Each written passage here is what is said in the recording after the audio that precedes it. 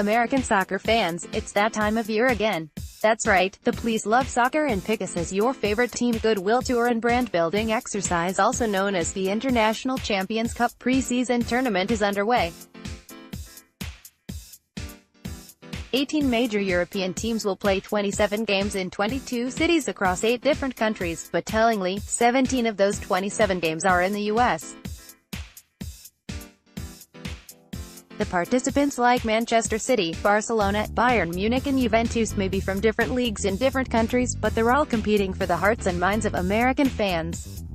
For the Italian club is Roma, a team with a deep history but not quite the global brand size of juggernauts like Real Madrid or Manchester United, playing in the ICC is part of its ambitious strategy to attract a bigger U.S. audience, and eventually earn global brand status. Its first game is tonight, Wednesday, July 25th, in San Diego against Tottenham Hotspur, and the occasion offers a glimpse into Roma's efforts to build up its media capabilities to churn out content aimed at wooing global audiences into its fanbase. The ICC is great exposure, but it's really just one little piece of the puzzle, says co-owner and president James Pallotta, the Boston-bred executive, who also co-owns the Boston Celtics, knows getting his team in front of U.S. fans on TV is a big part of building Roma's brand awareness and image here. He calls the Italian League Series U.S.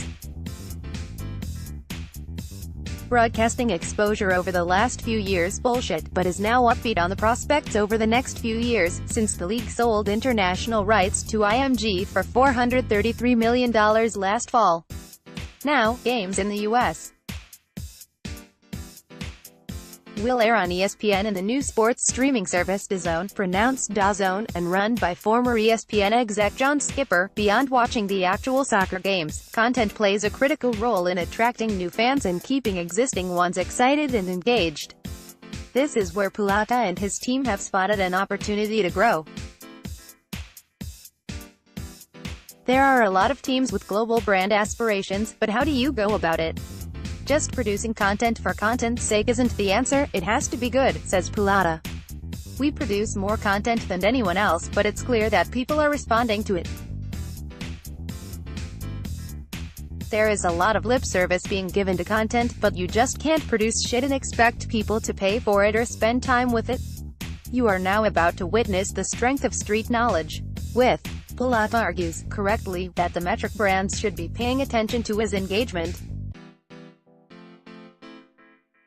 It's the only way a club like Roma, with about 1/10 the followers of Real Madrid, can realistically compete. Pallotta likes his odds, based on the growth and engagement numbers his team have been consistently generating. According to the club, Roma's official accounts generated more interactions on Twitter in June than any other Italian team and had the highest engagement rate among the top 10 clubs in Europe. Roma has consistently been building an engaged audience over the past few years by focusing on quality over quantity. Just last month, traditionally a quiet collection of off-season weeks, Roma generated 91 million Twitter impressions, up 187% over the same time last year. Part of that is natural World Cup lift, but Roma's social team also did things like start a World Cup prediction game that pitted its social team against followers in picking World Cup scores with a chance to win signed shirts. It launched a variety of Spotify playlists, from Northern Soul to West Coast rap, to promote its upcoming ICC trip and to give fans something for between matches. As the preseason takes off, Roma has been producing insider video content around everything from team training to interviews with new player signings. On July 14th, the club became the first European club to live stream an entire game on Twitter, a preseason match against lower league team Latina, with 100,000 people tuning in. Pallotta's focus on engagement appears to be working, with Roma signing a pair of significant brand deals over the last few months, including its biggest ever shirt sponsor deal with Qatar Airways, worth about $48 million over 3 seasons, as well as a training shirt sponsorship with the online gambling site Betway. At the end of the day, our mantra is everything we do has to be first class, says Pallotta. If I see anything that gets put out there that's crap, I lose it.